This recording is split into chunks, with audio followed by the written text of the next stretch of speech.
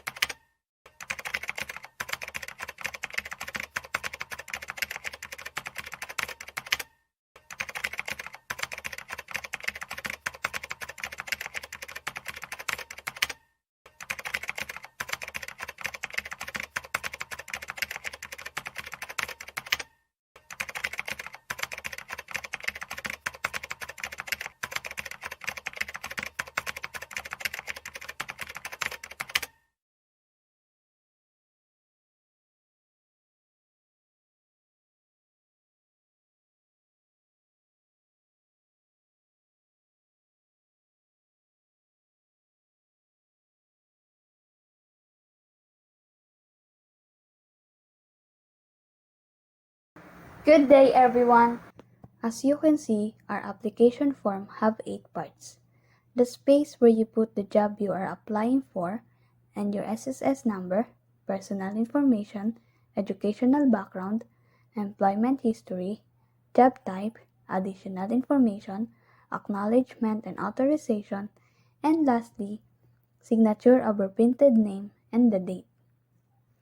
The layout of our application form is purposely made to be easily readable for everyone and can be answered by a short period of time without sacrificing the load of information we can get from the application form. As part of our application form, there is a space where you can put your photo.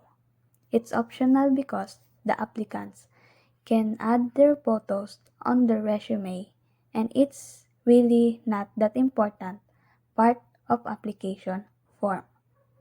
But please, take time to read the line below the application form title.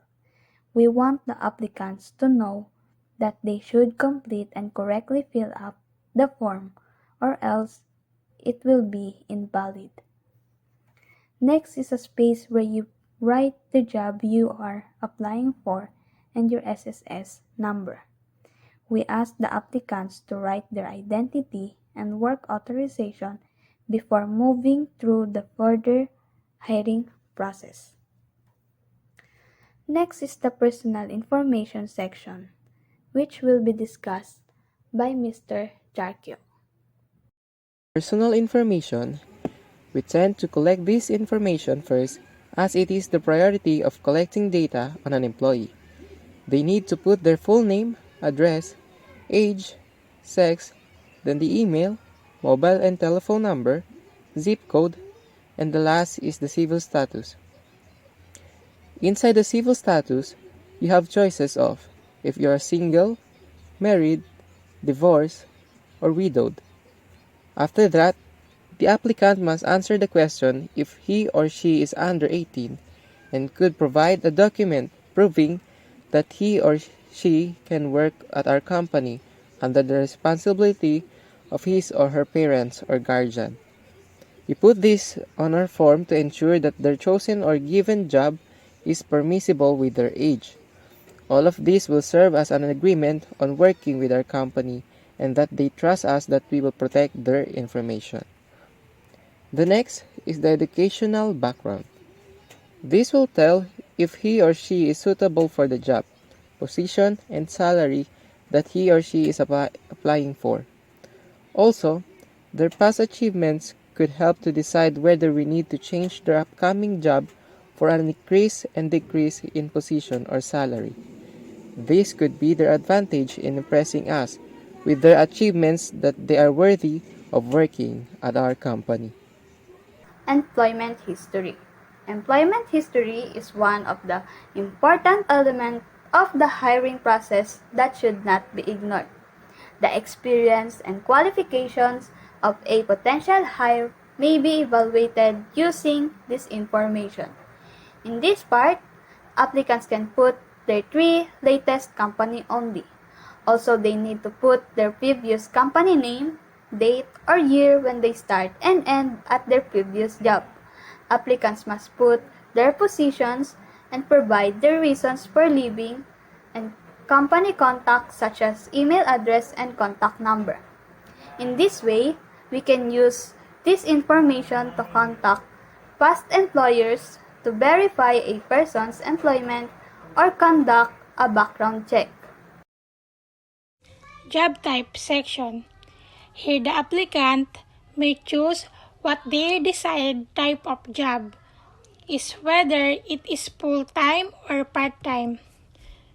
They will also be asked if they are available to work at night or not, so that the management will be able to adjust their time of work. For the additional information, they will be asked certain questions such as work history, connection involvement of crime and mental condition. And next, we have additional information. This section of the application form may not look that important at first, but trust me, it is important. The questions under this section can provide information that is both critical for employers and interviewers to know.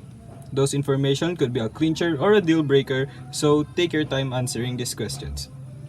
For the first question under this section is, have you ever been employed by our company before? It's asking you if ever been hired by the company before. If you've been hired before, surely they look for your old data and information that they have to see if you're a good employee and to see if you are capable enough for the job you are applying for. The second question is, do you have any relatives or friends currently working in this company?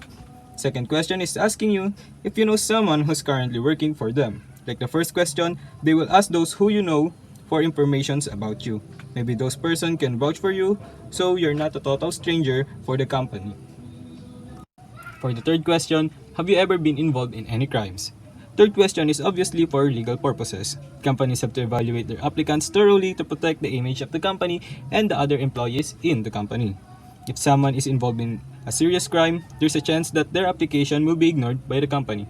And for the fourth and the last question under the additional information section is, do you have any medical condition? Question will provide the employers a basic information about your health. Companies, of course, consider the health of their employees and the comfort around the workplace. And that's it for this section. Now let's hop into the next one. Acknowledgement and authorization. There is only 3 statements in this section. As you can see, all you have to do is to put check in front of the statements. But first, let's go through the statements. Answers given here are true and complete to the best of my knowledge. The first statement is self-explanatory. I know you can understand it well, so I'm hopping on to the next statement. I authorize investigation of all statements contained in the application form as may be necessary in arriving at an employment decision. The second statement wants you to know and to agree for background checks validating and investigation of the provided information in the application form. The company wants to be sure that you're providing them with trustworthy and true information. For the third and last statement, in the event of employment, I understand that false or misleading information given in my application form or said in an interview may result in discharge or invalidity of the application form. Now, I'm gonna explain how we make the application form. First, we set the margin to narrow and the size on letter. We only use one type of font, which is Times New Roman, to give a formal vibe to the application form, and font size of 15 in every title of every section, and size 11 font for other details.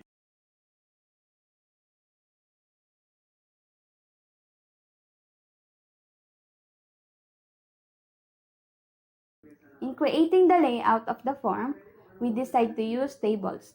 To give equal spacing to every box, we still use tables but just without borders to give an invisible look.